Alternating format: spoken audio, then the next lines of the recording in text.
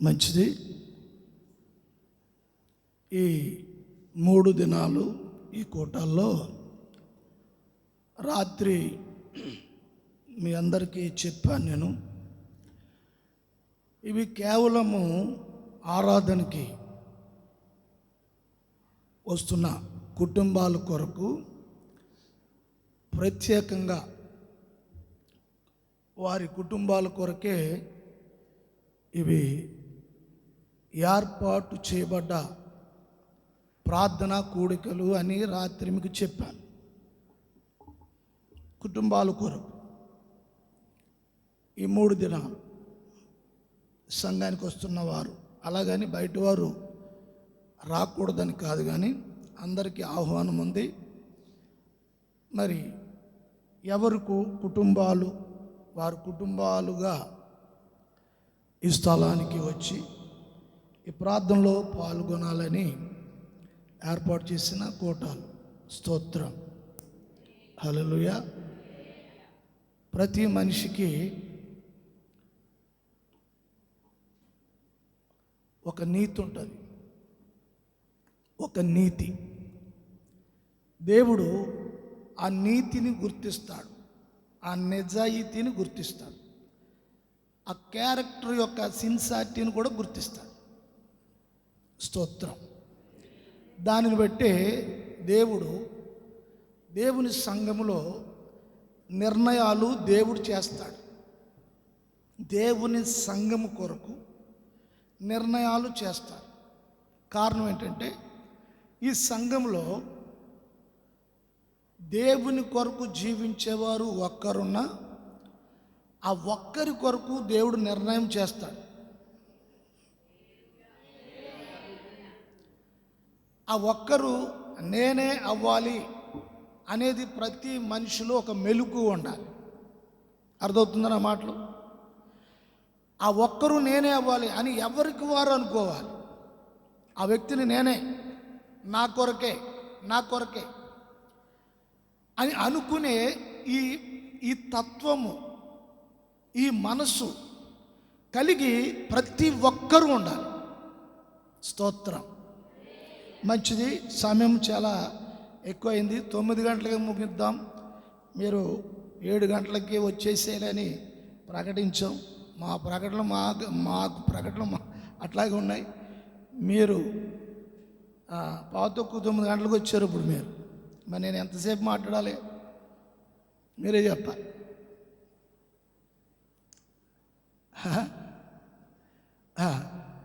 సాధారణంగా నా సిస్టం, నా పద్ధతి ఎట్లా ఉంటుందంటే, మనుషులు టయాలు పెట్టితే మాట్లాడే సేవకుని కాదు నేను. నాకు ఒక స్పిరిచువల్లీ అంటే ఒక ఆత్మ సంబంధమైన ఒక నడిపింపు ఉంటుంది. ఆ నడిపింపుని బట్టి నేను వాక్యం చెప్తాను. ఆ నడిపింపు లేనప్పుడు వాక్యం చెప్పలేను. ఒకవేళ పాస్టర్ గారు ఏమన్నా మీరు 2 గంటలు మాట్లాడండి అని మీరు అన్నా, నాకు నడిపింపు లేకపోతే 10 నిమిషాలు కూడా నేను మాట్లాడలేను. కానీ దేవుడు వాక్యం ఇస్తే గంటల తరబడి మాట్లాడతాం. ఒక్కోసారి 5 గంటలు మాట్లాడిన పరిస్థితులు కూడా ఉన్నాయి నా జీవితంలో. 5 గంటలు నిలబడి అలాగే హైదరాబాద్ ఆర్సీపురం సంఘంలో 3 గంటలు చెప్తాను వాక్యం. అట్లాగే కూర్చుని ఉంటారు. నీళ్ళు కూడా లేచేయాలి, చిన్న పిల్లలతో సహా. వాక్యం అంటే అంత దాహం కలిగి ఉంటారు వాళ్ళు. కొద్దిమంది ఉన్నా దేవునికి వాక్యానికి అప్పగించుకుని బ్రతుకుతున్నారు. వాళ్ళ గురించే నేను హైదరాబాద్లో ఉన్నాను. కొద్దిమందే. నేను ఉన్నది కూడా వాళ్ళ గురించే అక్కడ పరిచర్య చేస్తూ ఉన్నాను. వాళ్ళు చెప్పారు, మీరుంటే మీ దగ్గరికి వస్తాము, లేకపోతే మేము ఎక్కడికి వెళ్ళాం, ఇంట్లోనే కూర్చుంటాం. అందును వాళ్ళు విడిచిపెట్టకుండా, వాళ్ళు నన్ను విడిచిపెట్టకుండా, నేను వాళ్ళని విడిచిపెట్టకుండా, మా విరుగురిని దేవుడు విడిచిపెట్టకుండా అట్లా నడిపిస్తున్నాడు సావాసాన్ని. హల్లెలూయా, స్తోత్రం. మరి ఇక్కడ కూడా అటువంటి ప్రేమ, అటువంటి సావాసం నేను కలిగి ఉన్నాను. మీరు కూడా అలా ఉండాలని నా ఆశ. దేవుని స్తోత్రం. మంచిది. ఈ సమయంలో కొద్ది సమయం వాక్యాన్ని మనం చూసుకుందాము. యోబు గ్రంథము మొదట అధ్యాయము 4వ వచనం. కొన్ని మాటలు మనం చదువుకుని ముందుకు వెళదాం. యోబు గ్రంథము మొదటి అధ్యాయము 4వ వచనం.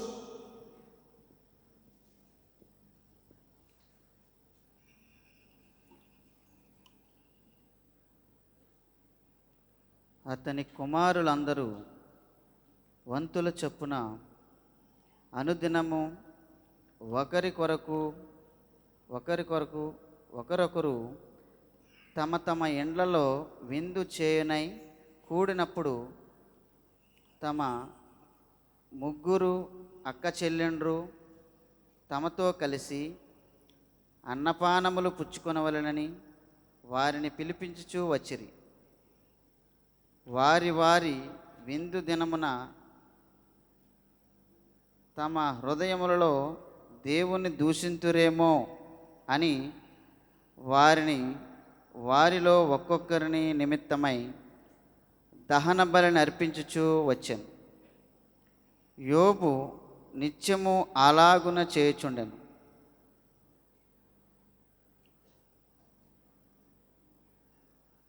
మంచి స్తోత్రం.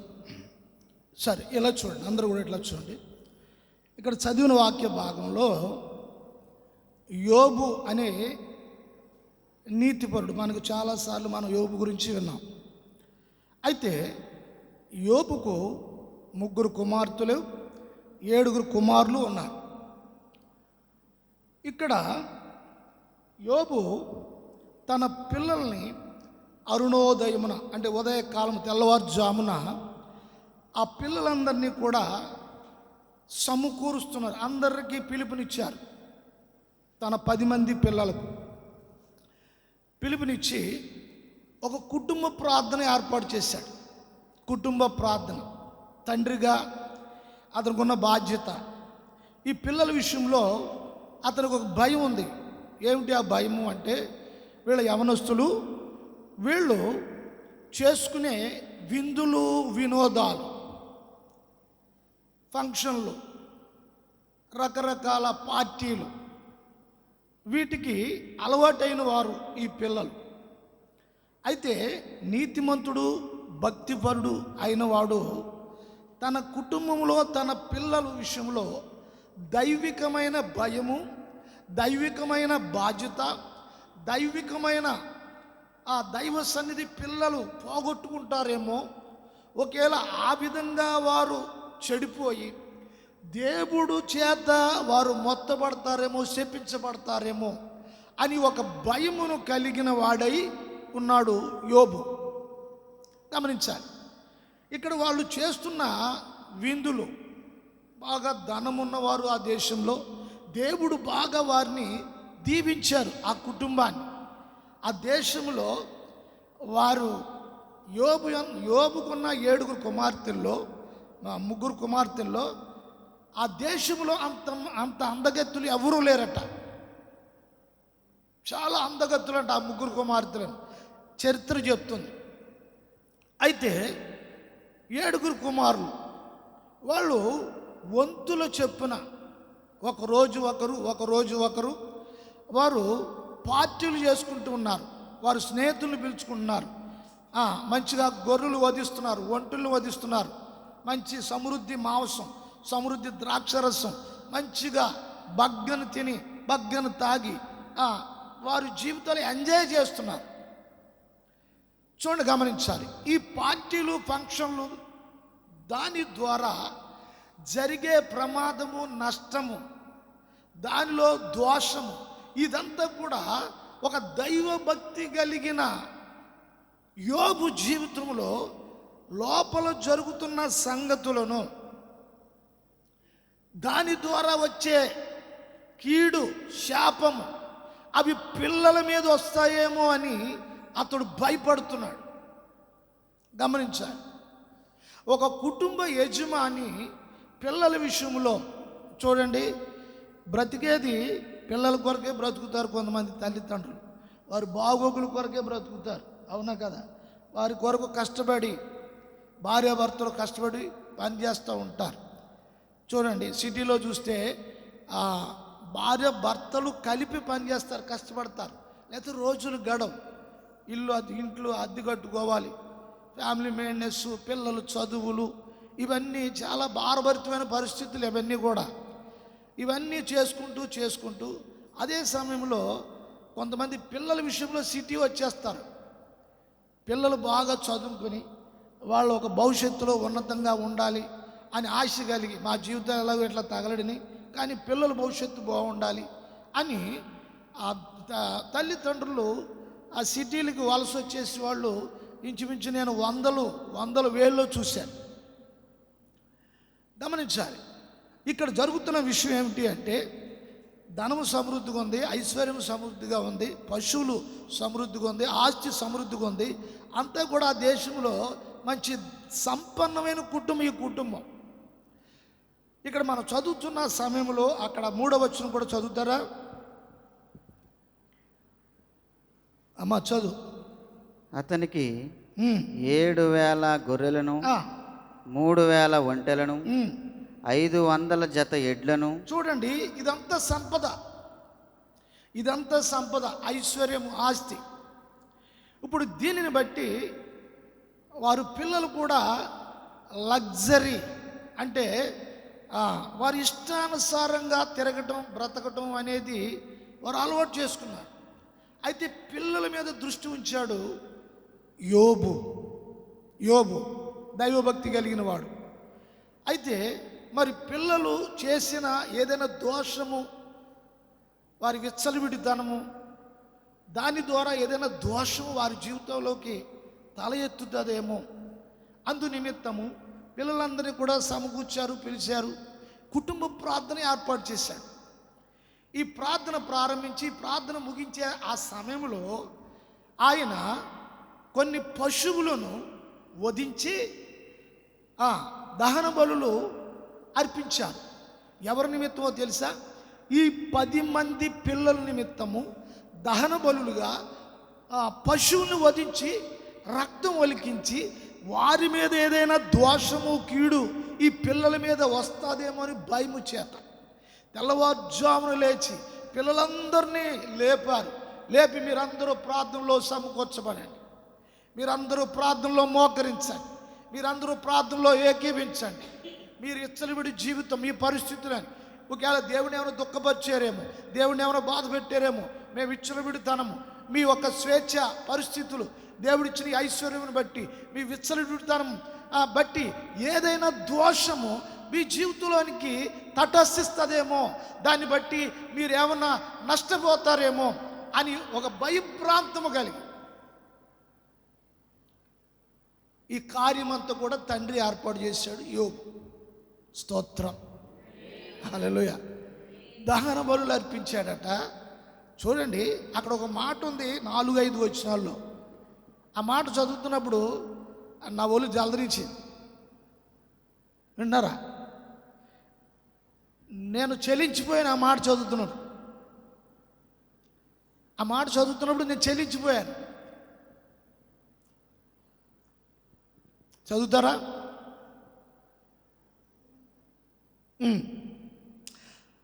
అలాగున నిత్యము చేయుచున్నాడట ఆయన. ఎట్లాగా సాధ్యమైంది? పిల్లల్ని ఆ రోజు మొదలుకొని భార్య పిల్లల్ని ఒక చోట కూర్చోబెట్టి కుటుంబ ప్రార్థన, నిత్యము ప్రార్థన చేయటమే కాదు, బలులు అర్పిస్తున్నాడంట, దహన బలులు అర్పిస్తున్నాడంట. పశువులు పేగ కోసిన తర్వాత వాటి కండగల ముక్కలుగా చేసి వాటిని కాల్చి గూడు చేసేస్తున్నాడు, దేవునికి అర్పిస్తున్నాడు.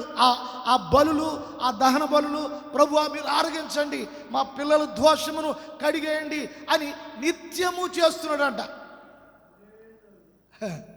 స్తోత్రం చెప్పండి అమ్మా కొంచెం స్తోత్రం చెప్పండి.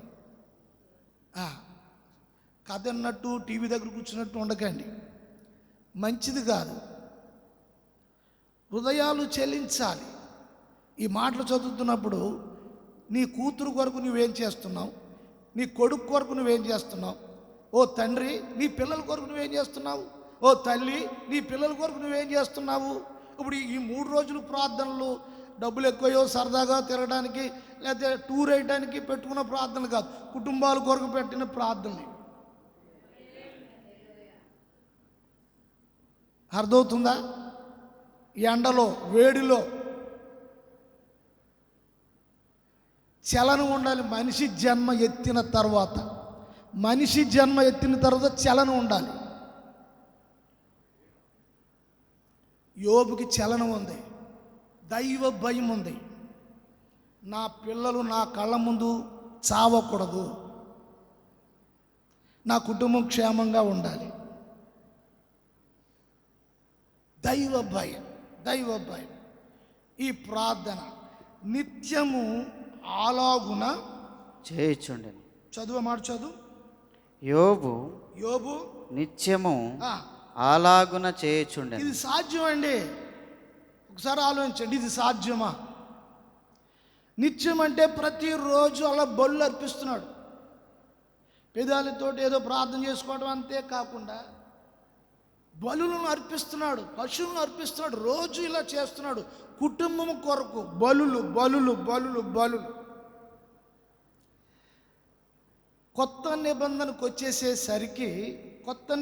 వచ్చేసేసరికి ఈ బలులను వేరే విధంగా మార్చి చెప్పబడింది. ఈ బలులను ప్రార్థనతో పోల్చబడింది. దేవుని స్తోత్రం చెప్తారా? ఈ బలులను ప్రార్థనతో పోల్చబడింది. ఏంటి ఆ ప్రార్థన అంటే, నీలో ఉన్న మూర్ఖ స్వభావం అనే పశువును దేవుని సన్నిధిలో ఈ 3 దినాలు ఎవరెవరు పశు స్వభావాలు ఉన్నాయో ఆ పశువులన్నిటిని కూడా ఈ 3 దినాలు ప్రార్థనలో వాటిని బలి ఇవ్వాలి. ప్రార్థన చేయకుండా ఏది అడ్డుపడుతుందో నిన్ను, ప్రభు సన్నిధిలో నిలవకుండా ఏది అడ్డుపడుతుందో నిన్ను, నీ కొరకు నువ్వు ప్రార్థన చేసుకోకుండా ఏది అడ్డుపడుతుందో నీకు, నీ పిల్లల కొరకు బాధ్యత తీసుకోకుండా ఏది ఆటంకంగా ఉందో నీకు, నీ భార్య విషయంలో ప్రార్థన చేయకుండా, నీ భర్త విషయంలో ప్రార్థన చేయకుండా, నీ తల్లిదండ్రుల విషయంలో ప్రార్థన చేయకుండా ఏది అడ్డుపడుతుందో దాన్ని బలి ఇవ్వాలి. స్తోత్రం. దాన్ని బలి ఇవ్వాలి ఈ ప్రార్థనలో. నేను అందుకే చెప్తున్నాను కదా, అమ్మ స్తుతించండి, అమ్మ ఆరాధించండి, ప్రభును గణపరచండి. ప్రభుకి దేవుని దగ్గరికి రావడానికి ఏ ఆటంకాలు ఉన్నాయో, అడ్డుపడుతున్న ఏ పశువులు ఉన్నాయో. ఇప్పుడు రోడ్డు మీద నడుచుకుంటూ వెళ్తూ ఉంటాం, మనం బండి మీద వెళ్తాం, బైక్ మీద వెళ్తాం. కొన్ని పశువులు అలాగా వరుసగా ఒక 10 పశువులు, బర్రెలు గొర్రెలు వెళ్తూ ఉంటే ఏమండి గొర్రెలు గారు కొంచెం సైడ్ ఇవ్వండి, ఏమండి బర్రె గారు, ఏమండి గేదె గారు కొంచెం సైడ్ ఇవ్వండి, కొంచెం అర్జెంట్ పని మీద వెళ్తాం అంటామా? ఒకవేళ హార్న్ కొట్టినాయి తప్పుకుంటాయా? అవి పశువులు. చూడండి, మనమే తప్పించుకుని వెళ్ళిపోతుంటాం, మనమే ఆగిపోవాలి.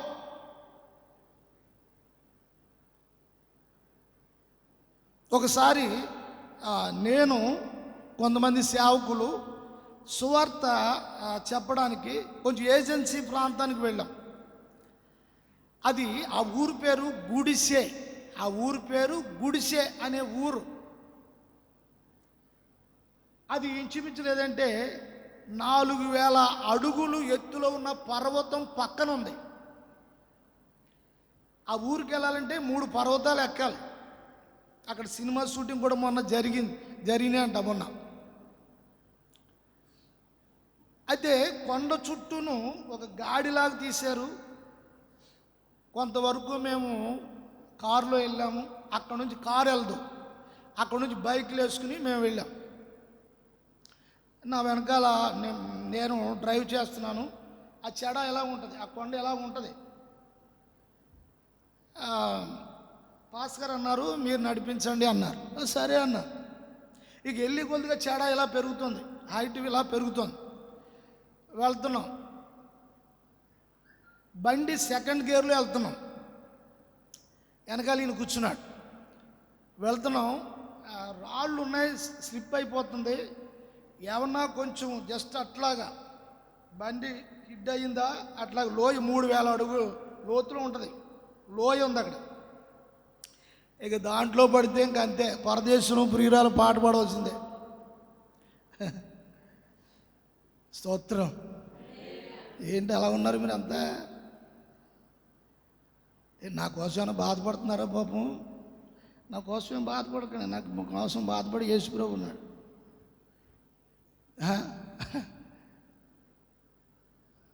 పడిపోతాం. సరే, మా వెనకాల స్లోగా వస్తున్నారు, మేము కూడా వెళుతున్నాం. అయితే ఈ మాత్రం లావు ఉంది తాల్సుపాము, ఇంచుమించు 10 అడుగుల పైన ఉంది. మేము ఎత్తు ఎక్కుతున్నాము. అది రోడ్డు మీద చాలా స్పీడ్గా నేను ఎప్పుడు అదే ఫస్ట్ టైం అంత పావును చూడటం. అది ఇచ్చినంటే 4 అడుగుల పైన లేచి అది ఎట్లాగంటే వచ్చేస్తుంది. పెద్ద పడగ, ఇంత పడగిప్పేసింది. నేను ఎప్పుడు చూడలేదు అంత పెద్ద పావును. అది వచ్చేస్తుంది, నేను చూడలేదు. నా వెనకాల ఉన్న పాస్టర్ గారు చూశారు. పాస్టర్ గారు, పాము వచ్చేస్తుంది, చాలా వేగంగా వస్తుంది అని. జస్ట్ స్లో చేశానా, స్లో చేస్తే స్లిప్ అయిపోయి వెనక్కి వెళ్ళిపోతాం, ఇద్దరు చచ్చిపోతాం. ఆయన అన్నాడు బండి ఆపేయండి అన్నాడు. బండి ఆపితే వెనక్కి వెళ్ళిపోతుంది, బండి దొల్లి వెళ్ళిపోతాం. అంటే మేము వెళ్ళిన ప్రాంతం ఒరిస్సా బార్డర్. అది ఒరిస్సా, ఛత్తీస్గఢ్, ఈ తెలంగాణ బార్డరు, ఆంధ్ర బార్డరు, ఈ 4 జంక్షన్ మధ్యలో ఉన్నాం మేము అక్కడ ఆ పర్వతం మీద. ఏం చేయాలి? అది ఏమైనా చిన్న బొమ్మ ఎక్కించేద్దామంటే 10 అడుగుల పైన ఉంది, ఎంతలా ఉంది. అవసరమైతే మా ఎత్తు పైన లేచి అది బుర్ర మీద వేస్తుంది. అవసరమైతే వెళ్ళేది సువార్తకి. సరే, ప్రభు చిత్తం ఈ రోజు వరకే ఉందేమో, దేవుని స్తోత్రం అనేసి ఇంక నేను ఫుల్ యాక్సిలేటర్ ఇచ్చేసి వెనకాలైనా నన్ను అడుగు పట్టుకుని భయపడుతున్నాడు. ఏం కదా గట్టిగా పట్టుకున్నాడు పాస్టర్ గారు, ఏదైతే ఇది దేవుని స్తోత్రం. మేము ఎంత స్పీడ్గా వస్తున్నామో అది కూడా అంత స్పీడ్గానే రావడం, మీదకి రావడం, అది ఇదే. ఇంచుమించు ఆ స్తంభం వరకు వచ్చేసింది. నేను యాక్సిలేటర్ అలా పట్టుకుని ఉన్నాను అంతే. జస్ట్ అక్కడ దాకా వచ్చి చాలా ఫోర్స్గా వచ్చి అక్కడ నుంచి ఇలా వెనక్కి ఇలా తిరిగి అది ఆ లోయలోకి పడి వెళ్ళిపోయింది. అట్లా డబ్బులేమి ఇచ్చుకోరు హల్లెలూయా చెప్పడానికి, దేవుని స్తోత్రం మహిమ చెప్పడానికి. ఎందుకు స్తోత్రం చెప్పు, హల్లెలూయా. ఏమైపోద్ది? గొప్ప విషయమే కదా. కారణం ఏంటి అంటే కొన్ని సందర్భాల్లో మన జీవితంలో ప్రభువుని గణపరచాలి, మహిమపరచాలి. ఆ పరిస్థితులు దేవుడు మన జీవితంలో కొన్ని విషయాలు ఉంటాయి. యోబు విషయంలో ప్రాణాపాయమైన పరిస్థితులు కుటుంబాల్లోనికి వాటిల్లినప్పుడు అతడు ప్రార్థన ప్రారంభించాడు అని మనం చూస్తూ ఉన్నాం. కుటుంబ ప్రార్థన. మరి ఇక్కడ ఉన్నవారు మీరు మీ ఇళ్లలో ప్రార్థన చేసుకోకపోతే ఏం జరుగుతుందో కొన్ని మాటలు మనం చూద్దాం. లూకా సువార్త ప్రార్థన చేసుకోకపోతే జరిగేది ఏంటో వాక్యంలో మనం చూద్దాం. లూకా సువార్త 22వ అధ్యాయము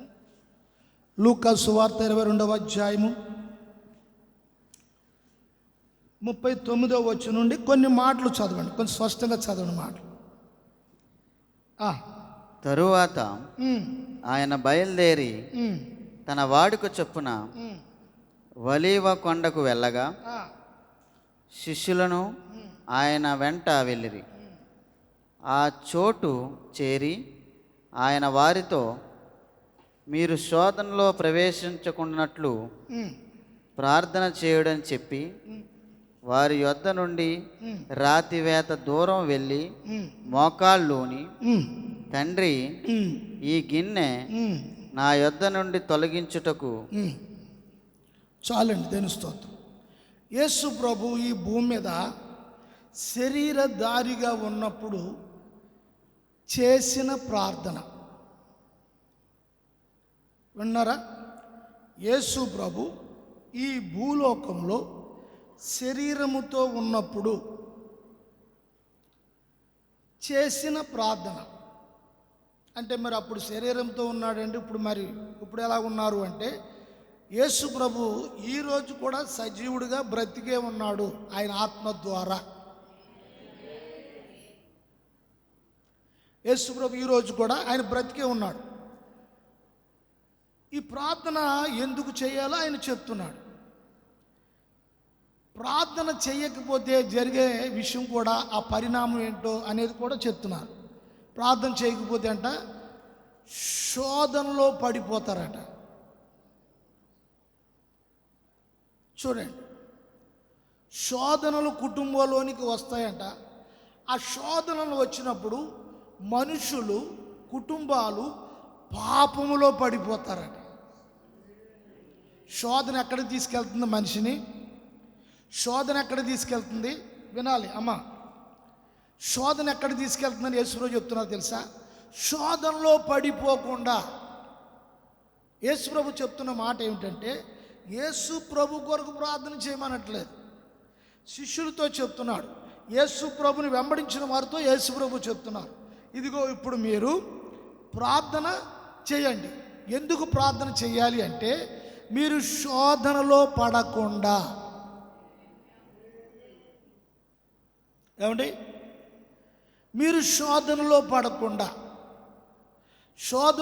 పడకుండా ఉండడానికి ప్రార్థన చేయాలి. కుటుంబాల్లో ప్రార్థన ఆగకూడదు. రక్షణ పొందిన తర్వాత, ప్రభువుని అంగీకరించిన తర్వాత, విశ్వాసంలోకి వచ్చిన తర్వాత నీ జీవితంలో, కుటుంబములో నీవు, నీ భర్త, నీ పిల్లలు ప్రార్థించాలి. ఈ మధ్యన ఎట్లాగైందంటే, ఫంక్షన్లకే, పార్టీలకి కుటుంబాలుగా వెళ్తారు. ప్రార్థనకి మాత్రము తల్లి వస్తే పిల్ల రాదు, పిల్ల వస్తే తల్లి రాదు, తండ్రి వస్తే భార్య రాదు. ఈ విధంగా ఉంటుంది కథ అంతా కూడా. ఎంత దుర్మార్గతలో ఉన్నారో ఒకసారి ఆలోచించండి. ఎంత దుర్మార్గతలో బతుకుతున్నారో ఒకసారి ఆలోచించండి. దుర్మార్గమే కదా అది. యేసు ప్రభు చెప్తున్నారండి ఇక్కడ, నీవు ప్రార్థన చేయకపోతే శోధనలో పడిపోతావు. యోబు కూడా పిల్లల చేత ప్రార్థన చేయించిన కారణం ఏంటంటే, శోధకుడు కాసు కూర్చున్నాడు కుటుంబాల కొరకు. కుటుంబాల్లో యవనస్తుల్ని చంపడానికి, నాశనం చేయడానికి. వాళ్ళందరూ కూడా మనం చనిపోయే సంఖ్య చూస్తే ఇంచుమించు 25-30 సంవత్సరాలు లోపల ఉన్న వాళ్ళు ఎక్కువ చనిపోతున్నారు. మీరు గమనించండి. అంటే తల్లిదండ్రులు బ్రతుకుంటున్నారు, తాతలు, అమ్మమ్మలు, నానమ్మలు అందరూ బ్రతుకుంటున్నారు. వాళ్ళ కళ్ళ ముందు పుట్టిన ఈ పచ్చికాయలు పగిలిపోతున్నాయి. ఆలోచించండి. దేనికి కారణం? దేవుని భయం లేని కుటుంబాలు, తల్లిదండ్రులు. నువ్వు ఉదయకాలం సాయంత్రం వరకు ఎంత కష్టపడతావో, ఎంత చేస్తావో ఈ జానుడి పట్టు కోసమే కదా. నువ్వు ఇల్లు కట్టుకున్నా, లేకపోతే ఇంకోటి కట్టుకున్నా, అప్పు చేసుకున్నా, ఏం చేసుకున్నా, పిల్లల కొరకు, నీ కొరకు, ఇదంతా దాని కొరకే కదా. ప్రభు అంటున్నారు, నీవు శోధనలో పడకుండినట్లు ఏం చేయాలట? నువ్వు శాంతులు చేయించుకోవాలి, ఇంత డబ్బు ఖర్చు పెట్టాలి, ఇది చేయాలి, అది చేయాలి, ఇదేమి చెప్పట్లా. నీ పిల్లల్ని వేసుకుని నీ ఇంట్లో ప్రతిరోజు భార్యాభర్తలు కొంత సమయం ప్రార్థనలో గడపండి.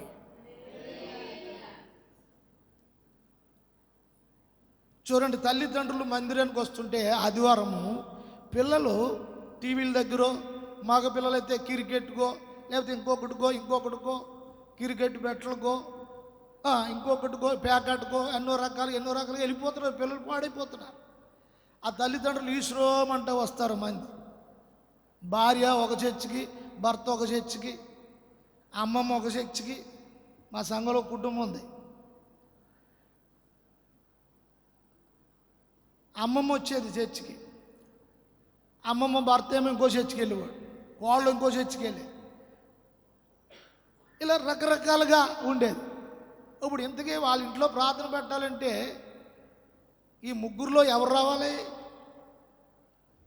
కుటుంబాల్లో ఐక్యత లేదు.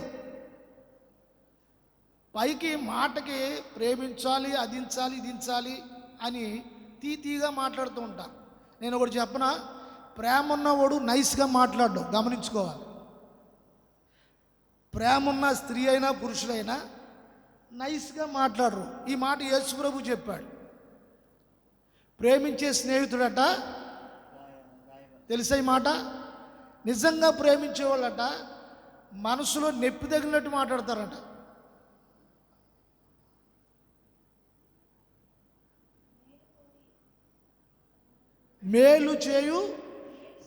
మేలు కోరు స్నేహితుడు గాయము చేస్తాడట, గుచ్చుకున్నట్టు మాట్లాడతాడట. మేలు స్నేహితుడు అంటే యేసు ప్రభు గురించి చెప్పబడిన మాట. సత్యం అనే వాక్యము గుచ్చుకుంటుంది, హృదయం గాయం చేస్తుంది, అదే నిన్ను బాగు చేస్తుంది. నీ కుటుంబాన్ని, నీ పిల్లల్ని కాపాడుతుంది. దేవుని స్తోత్రం కలుగును గాక. హల్లెలూయా, హల్లెలూయా. అరికతో బొరకతో చెప్పడానికి కూర్చోలేదు ఇక్కడ. దేవుడిచ్చిన మాటలు చెప్పడానికి, ఆ మాటలు మీకు తెలియజేయడానికి ఇక్కడ ఈ స్థలంలో ఉన్నాం. దేవునికి స్తోత్రం కలుగునుగా. ఎంతమంది తల్లిదండ్రులు పిల్లల విషయంలో దుఃఖిస్తూ ఉన్నారు. యవనస్తులు, మగ పిల్లలు, వాళ్ళ జీవితాలు ఇష్టానుసారంగా ఉన్నాయి. వాడు ఏ పని చేయడు, ₹1 డబ్బులు సంపాదించడు. తల్లిదండ్రులు సంపాదించి పట్టుకెళ్ళి ఇష్టానుసారంగా ఖర్చు పెడతాడు. దేవుని స్తోత్రం. తండ్రి ఏమన్నా కోపడి అంటే అప్పుడు తల్లి ఏమన్నా తెలుసా, అని ఏమనుకో, అడిగి చాలా కోపం ఎక్కువ, వాళ్ళు ఇంటికి రాడు. భర్తకు చెప్తా, అన్ని ఏమనుకో ఆడు తాగేసి దేశదిమ్మరుగా తిరిగి పాడైపోతున్నా సరే, రేపు అటువంటి వారికి ఏదో దౌర్భాగ్యాలను చూసి పెళ్లి చేస్తే ఇక ఆమె జీవితం దాన్ని పట్టుకుని నరకమే నరకం. వాళ్ళ కన్నా తల్లిదండ్రుల్ని అంతమాడు తలుసుకుంటూ ఉంటుంది ఆ కోడలు. అబ్బా ఎంత చక్కని కొడుకుని కన్నారు మా అత్త మామలు. మీ ఫోటోలు పెట్టుకుంటుంది. అవునా కాదా? స్తోత్రం, హల్లెలూయా. ఎంత చక్కని కొడుకుని కన్నావమ్మా, అత్తగారితో చెప్తుంది. ఎంత మంచి కొడుకుని కనేసావమ్మా. కొంతమంది ఏమంటారంటే, గడ్డాలు వచ్చిన తర్వాత అడ్డాల్లోనే మన పిల్లలు, గడ్డాలు వచ్చిన తర్వాత మన పిల్లల. ఎందుకు కారు? నీ కళ్ళ ముందే నాశనం అయిపోతుంటే, నీ కళ్ళ ముందే పాడెక్కడానికి సిద్ధమైపోతుంటే నిద్ర ఎలా పడుతుంది? ముద్ద ఎలా మింగుతున్నావు? బైబిల్లో యెషయా గ్రంథంలో ఉంది, చూపించడానికి సమయం లేదు కానీ, మిడినాగులని కొన్ని పావులు ఉన్నాయంట. మిడినాగులు అవి గుడ్లు పెట్టి అది కోసం విడిసే ఆ సమయంలో దాని కళ్ళు మొబ్బేసేస్తాయంట. ఆ సర్పానికి కళ్ళు మసకేసేసినప్పుడు, ఆ కళ్ళు మసక పడిపోయినప్పుడు ఆ గుడ్లను తినేస్తుందండి. అదే ఆ పిల్లల్ని చంపేస్తుందండి. దేని గురించి యెషయా మాట్లాడుతుంటే తెలుసా? ఇశ్రాయేలు ప్రజలు కఠినత్వము, మూర్ఖ స్వభావం కలిగిన మనుషులుగా అయిపోయారు. వాళ్ళ గురించి దేవుడు వీళ్ళ విషయంలో ప్రవచనం ఎత్తి మాట్లాడుతున్నారు. వాళ్ళు ఎక్కడ పుట్టలేదు, వాళ్ళ జీవితాలు తగలడిపోతాయంటే వీళ్ళ ముందు ఎదురుగానే అది చెప్పాడు దేవుడు. దీంట్లో సమస్తం అంతా కూడా పెట్టేశాడు.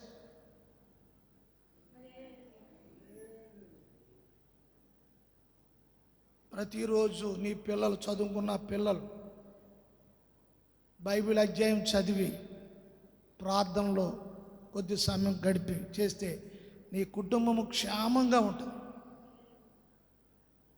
నీ పిల్లలు క్షేమంగా ఉంటారు. బయటికి వెళ్ళి నీ పిల్లలు క్షేమంగా తిరిగి వస్తారు. బయటికి వెళ్ళి నీ భర్త క్షేమంగా తిరిగి వస్తారు. నీ భర్త బయటికి వెళ్తున్నారు, బండి మీద వెళ్తున్నారు, కారులో వెళ్తున్నారు, ఏదో పని మీద వెళ్తున్నారు, సైకిల్ మీద వెళ్తున్నారు. నీ పిల్లలు క్షేమంగా తిరిగి రావాలి. భార్య ఇంట్లో ప్రార్థన చేసేదే ఉండాలి.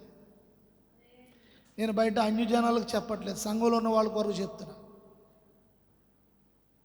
ప్రార్థనలో గడపాలి. ఈ 3 దినాలు తమ్ముడు చెప్పాడు, అందరికీ చెప్పున ఆయన అందరు ఇక్కడ గ్యాదర్ అవ్వమను, అందరి కొరకు ప్రార్థన చేద్దాం, వాళ్ళందరి చేత ప్రార్థన చేద్దాం. మన పేటలో ఉన్న కుటుంబాల మీద ఉన్న కీడు, భయంకరమైన పరిస్థితులు తొలగిపోవాలి.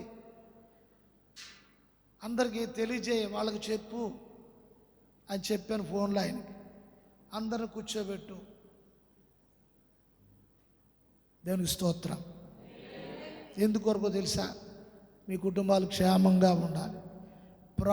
మరణాపాయం అంచుల వరకు మీ కుటుంబాల్లో కొంతమంది వెళ్ళిపోయిన పరిస్థితిలో మళ్ళా దేవుడు వెనక్కి తీసుకొచ్చాడు. మర్చిపోయారా మీరు? మర్చిపోయారండి? మర్చిపోయారా? దైవ సేవకునిగా మేము మర్చిపోం. ఏం చేద్దంటే ప్రార్థన చేసుకుంటాం కదా, వాళ్ళ కొరకు ప్రార్థన చేస్తాం కదా, డైరీలో మీ పేర్లు రాసుకుంటాం కదా. ఆయన చెప్తాడు, పాస్టర్ గారు ఇలా పలానా మా మా మా మా పేటలో పలానా ఆయనకి బాగోలేదండి, పలానా పేరండి ఇదండి అని చెప్తే ఆ డైరీలో ఆ పేరు రాసుకుని బుధవారం విజ్ఞాపన ప్రార్థన ఉంటుంది. ఆ విజ్ఞాపన ప్రార్థనలో అందరి కొరకు ప్రార్థన చేస్తాం.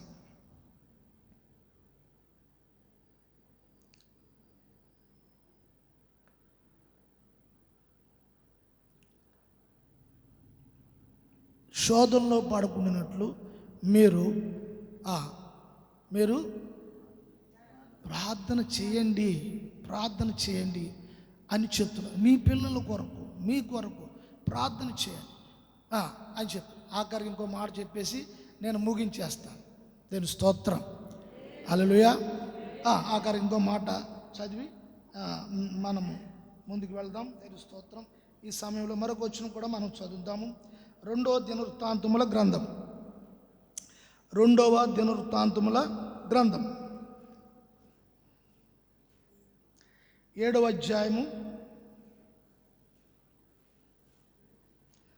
14వ వచనం. నా పేరు పెట్టబడిన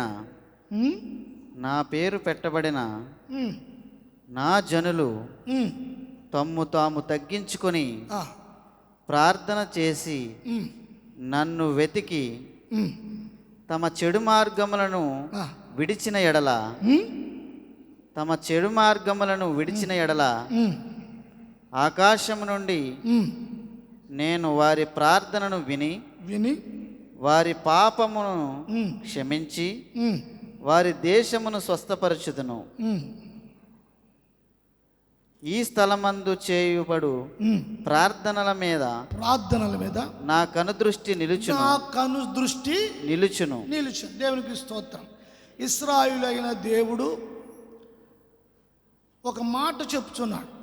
ఏమిటి ఆ మాట అనేది మనం ఇక్కడ వచనంలో చదివాం. దేవునికి స్తోత్రం. నా పేరు పెట్టబడిన నా జనులు, నా పేరు పెట్టబడిన నా జనులు.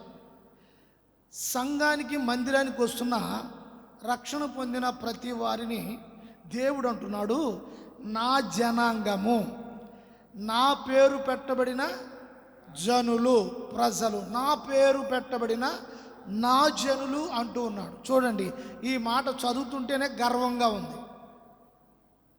ఈ మాట చదువుతుంటేనే గర్వం ఉంది. చూడండి, రక్షణ పొంది విశ్వాసంతో జీవిస్తున్న కుటుంబాలను దేవుడు అంటున్నాడు నా జనులు, నా ప్రజలు అంటూ ఉన్నారు. నిన్ను నా జనులు అని దేవుడు పిలుస్తూ ఉన్నాడు, సంబోధిస్తూ ఉన్నాడు.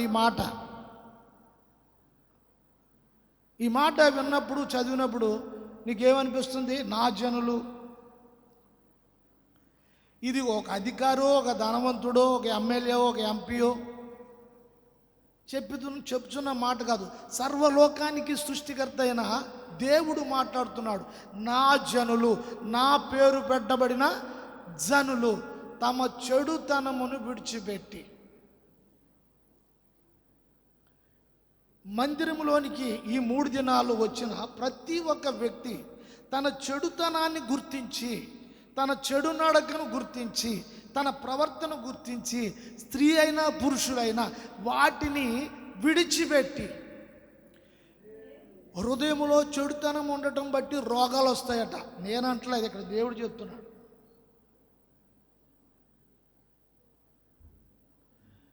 దేశము రోగగ్రస్తులతో నిండిపోతుందంట, కుటుంబము రోగగ్రస్తులతో నిండిపోతుందట. నేను చెప్తున్న మాట కాదు, దేవుడు అంటున్నాడు. దేశాన్ని నేను స్వస్థపరుస్తాను అంటున్నాడు. రోగంతో ఉన్న నిన్ను నేను స్వస్థపరుస్తాను. ఏ రోగము? పాప రోగము. చదువునైన మాట. నా పేరు పెట్టబడిన నా జనులు తమ్ము తాము తగ్గించుకుని, తమ్మును తాము తగ్గించుకుని అంట. చూడండి, ఈ 3 దినాలు మనము తగ్గించుకొని మన పరిస్థితులను, మనకున్న అహంకారము, గర్వము, ఆ విషయాలన్నింటినీ కూడా తగ్గించుకుని దేవుని సన్నిధిలో మోకరిల్లి ఈ ప్రార్థనలో గడుపుచున్నప్పుడు దేవుడు ఈ స్థలమందు చేయు ప్రార్థనల యందు పరలోకము నుండి ఆయన కనుదృష్టి ఉంచుతాడట. ఇక్కడ హల్లెలూయా, హల్లెలూయా, హల్లెలూయా. ఏ స్థితిలో ఉన్నా సరే, ఏ పరిస్థితిలో ఉన్నా సరే, నీ ప్రార్థన చేస్తున్న నీ హృదయాన్ని, నీ మనస్సును నువ్వు తగ్గించుకుంటున్నావా, లేకపోతే అహంకారముతో విర్రవీగుతున్న సైకిలు చూపులు వేస్తున్నావా? అహంకారంతో ప్రవర్తిస్తున్నావా? ప్రభు అంటున్నాడు, నా మందిరంలో నా ఎదుట నీవు తగ్గించుకొని, తమ్మును తామును తగ్గించుకొని. గర్విష్ఠులను దేవుడు ఇష్టపడడండి, అహంకారులను దేవుడు ఇష్టపడడు. రెబలుగా నోరు పారేసుకుని మాట్లాడుతున్న వారిని, రెస్పాన్సిబిలిటీ, బాధ్యత లేకుండా ప్రవర్తించే వారిని దేవుడు ఇష్టపడ్డాడు. యోబును చాలా ఇష్టపడుతున్నాడు దేవుడు. కారణం ఏంటి? కుటుంబం మీద అతనికి బాధ్యత ఉంది. కుటుంబం కొరకు ఏమైనా ఖర్చు పెట్టడానికి సిద్ధంగా ఉన్నాడు. దేవుని విషయంలో ఖర్చు పెట్టడానికి ఏ విషయమైనా సరే సిద్ధంగా ఉన్నాడు. ఆయన నేనేమి డబ్బులు అడగట్లేదు కదా, గొంపల దగ్గరికి వచ్చి ప్రార్థనలో కూర్చోండి అమ్మా అని చెప్తున్నా. నెలకి 2 నెలలకి కోటాలు ఎట్టి మీకు ఒక 2000, మీకు ఒక 1000, మీకు ఒక 1500 ఇలాగ వేసేయట్లేదు కదా. మేము వచ్చి కూర్చుని ప్రార్థనలు కూర్చోండి, మీ అందరి కొరకు మేము ప్రార్థన చేస్తామని చెప్తున్నాం. అంతేనా? ఇంకేమని చెప్తున్నామా? ఒక నేను లేనప్పుడు మా వాడేమన్నా అడుగుతున్నాడా? మీ పేరుకింత బుక్ అడుగు తిరుగుతున్నాడా? కవర్లు అడుగు, మీ కొంపలు చుట్టూను కవర్లు పెట్టుకుని. ఒకవేళ అలాగైతే చెప్పండి, నేను అడుగుతాను. ఏమంటే మేము రావడానికి ఎందుకు ఇబ్బంది పడుతున్నామో తెలుసా? అంత మాట 2000 వేసేస్తున్నాడండి. ఎక్కడ ఇస్తామండి? 2 నెలలకు డబ్బులు ఏమి ఇస్తామండి? ఎలాగ ఇస్తామండి? ఒకవేళ అటువంటి బాధలు ఏమైనా ఉంటే చెప్పండి.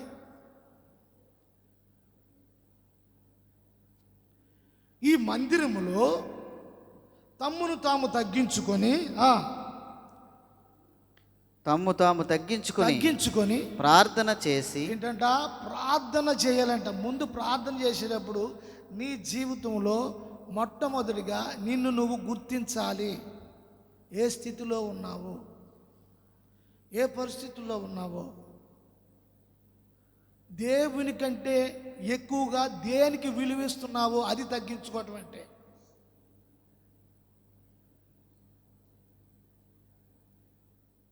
ఏమన్నా జరిగితే నీకు దిక్కెవడు?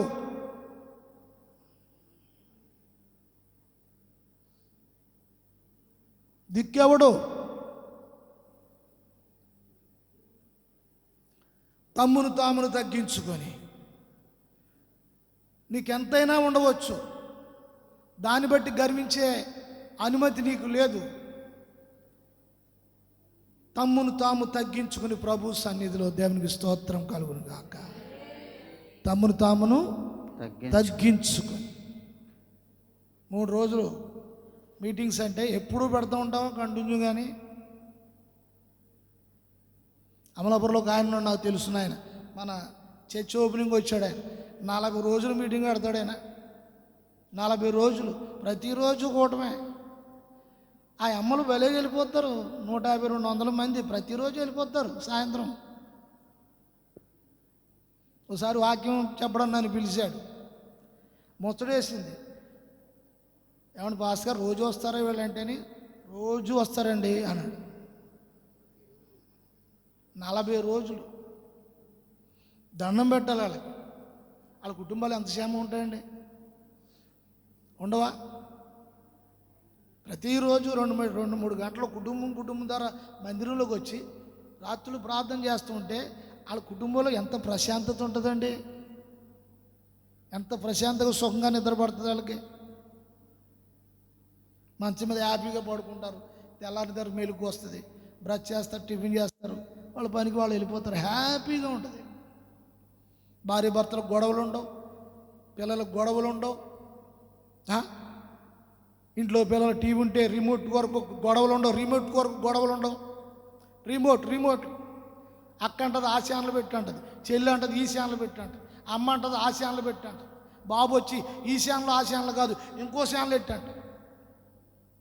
ఉన్నది ఒకటే రిమోట్.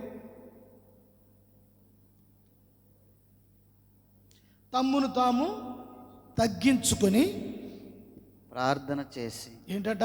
తగ్గించుకుని ప్రార్థన చేసినప్పుడు ఆ ప్రార్థన ఆయన నన్ను వెతకి, ప్రార్థనలో వెతకాలి, ఆయన వెతకాలి, అడగాలి. ప్రభువా, నా బిడ్డల విషయంలో, నా భర్త విషయంలో, నా భార్య విషయంలో, నా కుటుంబ విషయంలో అడగాలి, వెతకాలి. దేవునికి స్తోత్రం కలుగును గాక. వెతికిన ఎడల తమ చెడు మార్గములను విడిచిన ఎడల, తమ జీవితంలో సంఘములో వచ్చి ప్రార్థన చేస్తున్నప్పుడు, దైవజనుడు వాక్యం మాట్లాడుతున్నప్పుడు నీలో ఉన్న చెడు బయటపడతా ఉంటాయి. నీలో ఉన్న చెడు బయటపడతా ఉంటాయి. దేవుని స్తోత్రం కలుగును గాక. నీలో తమ చెడుతనమునంతా కూడా విడిచిన ఎడల, అయిపోయింది, నా మెసేజ్ అయిపోయింది. తమ చెడు మార్గములన్నీ అంటే ఇప్పుడు చెడు లోపల ఉన్నప్పుడు చెడు బయటకు ఎప్పుడు వస్తుంది? ఆ చీవి నెత్తురు కుళ్ళిపోయిందంతా ఎప్పుడు వస్తుంది? కత్తి తీసుకుని ఏంటి ఆ పొంగరు కదా ఉంటుంది కదా, అది హైడ్రోజన్ అంతా కూడా వేసి అదంతా క్లీన్ చేస్తున్నప్పుడు ఇదంతా వస్తుంది. అబ్బా అంటాడు. సత్యం అనే వాక్కు తీసుకుని మాట్లాడుతున్నప్పుడు, నిజమైన సేవకుడు వాక్యం మాట్లాడుతున్నప్పుడు ఇలాగే ఉంటుంది. కాకపోతే ఆ బోధ నిన్ను దేవుని ఎదుట నిలవబెడతాడు. హల్లెలూయా. పాడైపోకుండా, చెడిపోకుండా, నాశనం అయిపోకుండా నిన్ను నిలబెట్టేది ఈ బోధ. దీంట్లో బాధ ఉండొచ్చు, ప్రభు ఎదుట నిలబెట్టేది ఈ బోధ. ఆ ప్రార్థనలో అంట చెడుతనం అంతా బయటపడుతుందట. దైవజనుడు వాక్యం మాట్లాడుతుంటే నీ లోపల ఉన్న స్వభావాలన్నీ బయటకు వచ్చినప్పుడు కొంతమందికి పశ్చాత్తాపం వస్తుంది, కొంతమందికి కోపం వస్తుంది. ఈ కోపం వచ్చిన వాళ్ళు మొత్తం అంతా కుళ్ళిపోయేలా చేసుకుంటారు.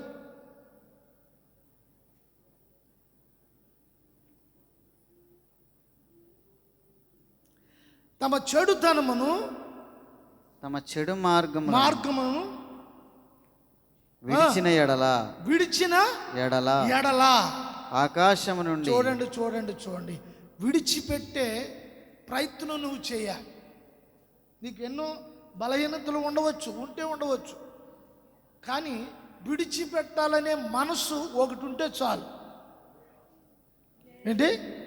విడిచిపెట్టాలనే మనస్సు ఉంటే చాలు. అది ఉంటే చాలు, దేవుడు నీకు సహాయం చేస్తాడు. దేవుడు నీకు సహాయం చేస్తాడు. దేవునికి స్తోత్రం. ప్రభువా, విడిచిపెట్టాలి ప్రభువా అది కుటుంబంలో ఒక ఐక్యతగా, భర్త కోసం భార్య కోసం భర్త ప్రార్థన చేసేవారై ఉండాలి. దేవునికి స్తోత్రం. భర్త బలహీనుడు అవ్వచ్చు, భర్త కొంచెం తెలివితేటలు లేనివాడే ఉండొచ్చు, భార్య తెలివైనది అవ్వచ్చు, లేదా భార్య తెలివితేటలు లేనిదే ఉండొచ్చు, భర్త తెలివైనడు అవ్వచ్చు. ఏది ఏమైనా రెండు బ్యాలెన్స్ చేసుకుని సరిపెట్టుకుని వెళ్ళే వాళ్ళై ఉండాలి. భార్య ఊరుకుంటుంది కాదని వేరే దుకాణం పెట్టకూడదు ఇంకో చోట. భర్త గారు వెళ్ళి దుకాణం అంటే తెలుసు కదా, బాబు సూర్యరావు గారు తెలుసు, ఓకే రైట్.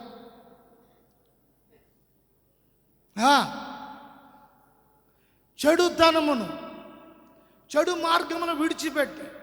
ఇక్కడ ఏం జరుగుతుందండి? ఏమి నేర్పిస్తున్నారండి? ఏం బోధిస్తున్నారండి? ఇప్పుడు పిల్లలకి ఏమి నేర్పిస్తున్నారు? దేవునికి స్తోత్రం కలుగును గాక. ఏమి నేర్పిస్తున్నారు పిల్లలకి? సంఘానికి వస్తుంటే సేవకులు ఏమి నేర్పించాలి? పిల్లలకి ఇటువంటి బోధలు చేస్తున్నప్పుడు వాళ్ళలో భయం ఉంటుంది. దేవునికి స్తోత్రం కలుగును గాక. అయ్యో, మా సంఘంలో వాక్యం నేర్పిస్తున్నారు, మేము పవిత్రంగా ఉండాలి, పరిశుద్ధంగా ఉండాలి, చక్కగా ఉండాలి. దేవుని స్తోత్రం.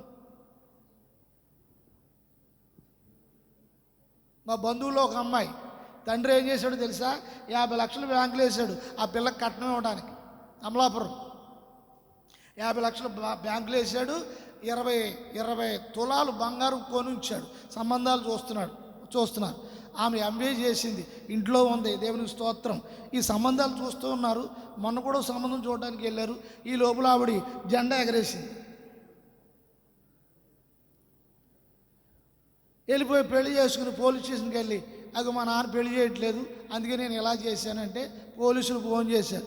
మొన్నే అతనికి హార్ట్ ఆపరేషన్ జరిగింది, ఇక్కడ వరకు ఇక్కడ నుంచి సీరేసి ఆపరేషన్ చేశారు. 4 లక్షలకు వచ్చాయి. రాత్రి 9 గంటలకి పోలీస్ స్టేషన్ ఫోన్ వస్తే ఏంటంటే ఆ ఫోన్ ఇచ్చిగా మీ అమ్మాయి పోలీస్ స్టేషన్కి వచ్చింది. ఏమండి, ఇటువంటి ఇంటే గుండు పగిలిపోదా? తల్లిదండ్రులు కష్టపడి చదివించి వాళ్ళ మీద ఎన్నో ఆశలు పెట్టుకుంటే వాళ్ళు క్రైస్తవులే, సంఘానికి వెళ్తారు.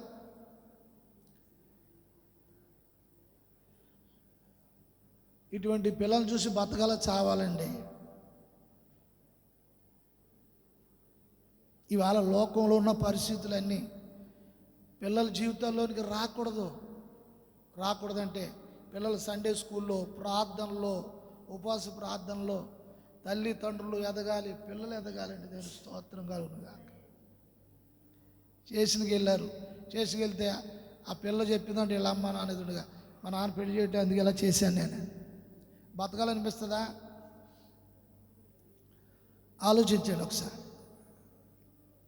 20 సంవత్సరాలు 25 సంవత్సరాలు పిల్లల్ని కడుపు కట్టుకుని పెంచి తల్లిదండ్రులు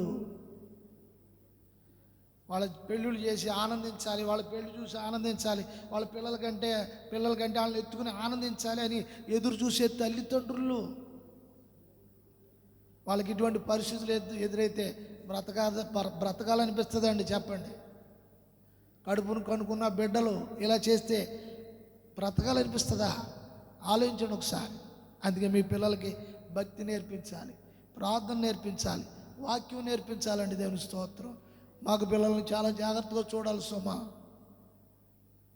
ఆడపిల్లలు కొద్ది గొప్ప భయం ఉంటుంది, మగపిల్లలు మరీ ఘోరంగా ఉన్నారు పరిస్థితులంతా. మందిరాన్ని విడిచిపెట్టి, ఆరాధన విడిచిపెట్టి ఎక్కడికి పోవద్దని చెప్పాలి తల్లిదండ్రులు. మందిరానికి రా అని చెప్పాలి. దేవుని స్తోత్రం కలుగునుగాక. కోపంతో కాదండి, దైవ సేవకుడుగా ఆవేదనతో మాట్లాడతాను నేను. మీ అందరి మీద భారంతో మాట్లాడతాను. మీరు శోధనలో పడిపోతే జీవితాలు తప్పడడుగులు వేస్తూ ఉంటాయి. మీ పిల్లల్ని దైవభక్తిలో పెంచండి, మీరు దైవభక్తిలో పెరగండి. దేవుని స్తోత్రం. హల్లెలూయా. 15-20 సంవత్సరాలు మగ పిల్లలకు వచ్చేస్తున్నాయి, 17-18 సంవత్సరాలు ఆడపిల్లలకు వచ్చేస్తున్నాయి. వాళ్ళ చేతుల్లో ఫోన్లు ఉన్నాయి, రకరకాల పరిస్థితులు మారిపోయాయి. ఇంత పిల్లలు మాటలు వినట్లేదు, అంతంత పిల్లలు ఏం చేద్దంటే వాళ్ళ చేతిలో ఫోన్లు ఉన్నాయి. ఇవాళ ఫోనే పెద్ద సైతాన్ అయిపోయింది. జీవితాలు ఘోరంగా ఉన్నాయి, పరిస్థితులు ఘోరంగా ఉన్నాయి. తల్లిదండ్రులు ఎంతో గర్భశోకం, తలెత్తుకోలేని పరిస్థితులు. బిల్డింగ్లు ఉన్నాయి, కార్లు ఉన్నాయి, ఎన్నో ఉన్నాయి. పిల్లలు ఎలా చేస్తే తలెత్తుకుని తిరగలరా? మీ చెడు మార్గములను విడిచిపెట్టి, తల్లిదండ్రులు చెడు మార్గంలో ఉండి మా పిల్లలు బాగుండాలంటే ఎంత దుర్మార్గం అది? ఆలోచించండి. కనీసం రేపు ఉదయం పగలు అయినా మీ కుటుంబాలుగా ప్రార్థనలో ఉండాలని ప్రభుపేట మిమ్మల్ని బతిమాలుతున్నాను. రేపు ఉదయము ప్రార్థన కిందే పెడతాం అండి, ఇక్కడ కాదు, కిందే పెడతాం. రేపు రాత్రి పైన ఉంటుంది. 10 గంటలకే వచ్చేసేయండి. అందరూ ప్రార్థన చేసుకుందాం, అందరూ వాక్యం విందాం. మీ అందరితో పాటు నేను కూడా ప్రార్థనలో ఉంటాను. మరి నేను మనిషినే కదా, నేను మీతో కలిసి ప్రార్థన చేసుకుంటాను. దేవుడు నాకు ఇచ్చిన మాటలు మీకు చెప్తాను. దేవుని స్తోత్రం కలుగును గాక. ఆఖరి మాట చదివేసేయండి, మనం ప్రార్థనలోనికి వెళదాము. మన మధ్యలో దైవజనులు ఉన్నారు, వారు ఆఖరిగా ప్రార్థన చేస్తారు. మనం ఆఖరి మాట చదివేసేయండి, ప్రార్థన చేసుకుందాం. నా పేరు పెట్టబడిన నా జనులు. ఆఖరి మాట చదువు, చివరి మాట. ఈ స్థలమందు చేయబడు ప్రార్థనల మీద. ఈ స్థలమందు చేయబడు ప్రార్థన మీద అంటే మందిరం గురించి చెప్తున్నారు. ఈ స్థలమందు ఇక్కడ చేస్తున్న ప్రార్థనలు దేవుడట చూస్తాడట, వింటారట. నీ ప్రార్థన ఎప్పుడు కూడా పొల్లిపోదు, నీ ప్రార్థన వృధా కాదు, నీ ప్రార్థన ఆయన వింటారు. దేవుని స్తోత్రం. ఈ స్థలమందు చేయబడు ప్రార్థన మీద నా కనుదృష్టి. ప్రార్థన మీద ఆయన కనుదృష్టి ఉంచుతారు. నువ్వు చేసే ప్రార్థన మీద ఆయన కనుదృష్టి ఉంచుతారు. నీకు ప్రార్థన ఎలాగొచ్చు, ఎలా చేయటం వచ్చా, అలాగ చేయటం వచ్చా అని ప్రభు అడగరు. నీకు వచ్చిన మాటలు కొన్ని మాటలు నీకు ఎలా ప్రార్థన వస్తే అలాగే చేయి. అంత పెద్ద పొడవాటి ప్రార్థన వచ్చా, ఈ ప్రార్థన వచ్చా, ఇలాగేమో అనుకోవసరలా. నీకు వచ్చిన 2 మాటలే కళ్ళు మూసుకుని యథార్థంగా ఓపెన్ హార్ట్, హృదయము తెరిచి ప్రార్థన చేయి. ఆ ప్రార్థన మీద ఆయన కను దృష్టి ఉంచుతాడు. అంటే నీ మీద ఆయన దృష్టి ఉంచుతాడు. ఎంత గొప్ప ధైర్యం కలిగించే మాట ఇది. నీ ప్రార్థన మీద నేను దృష్టి ఉంచుతాను అంటే ఆ మాట ఎంత ధైర్యాన్ని ఇస్తుంది మనకి, ఎంత భరోసాని ఇస్తుంది. దేవుని స్తోత్రం కలుగును గాక. నా ప్రార్థన దేవుడు ఆలకించేశాడని ధైర్యంతో ఆ ప్రార్థన ముగించుకుని వెళ్ళి హ్యాపీగా ఉండొచ్చు ఇంట్లో. హల్లెలూయా, హల్లెలూయా. అవునా కదా?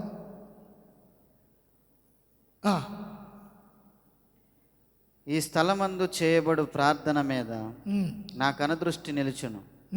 నా చెవులు దానిని ఆలకించును. నా చెవులు దానిని ఆలకించును.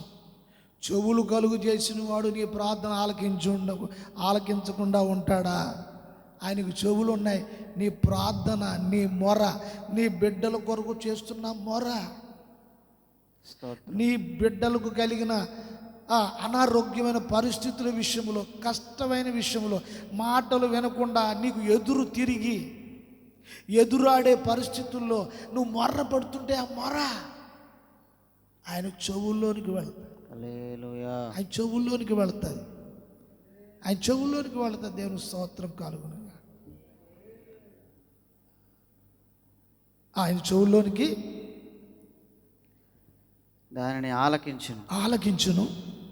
నా పేరు ఈ మందిరమునకు నిత్యము ఉండినట్లుగా నేను దానిని కోరుకుని పరిశుద్ధపరిచితిని. దేశమును, ఆ మాట చదువు, దేశమును స్వస్థపరచదు.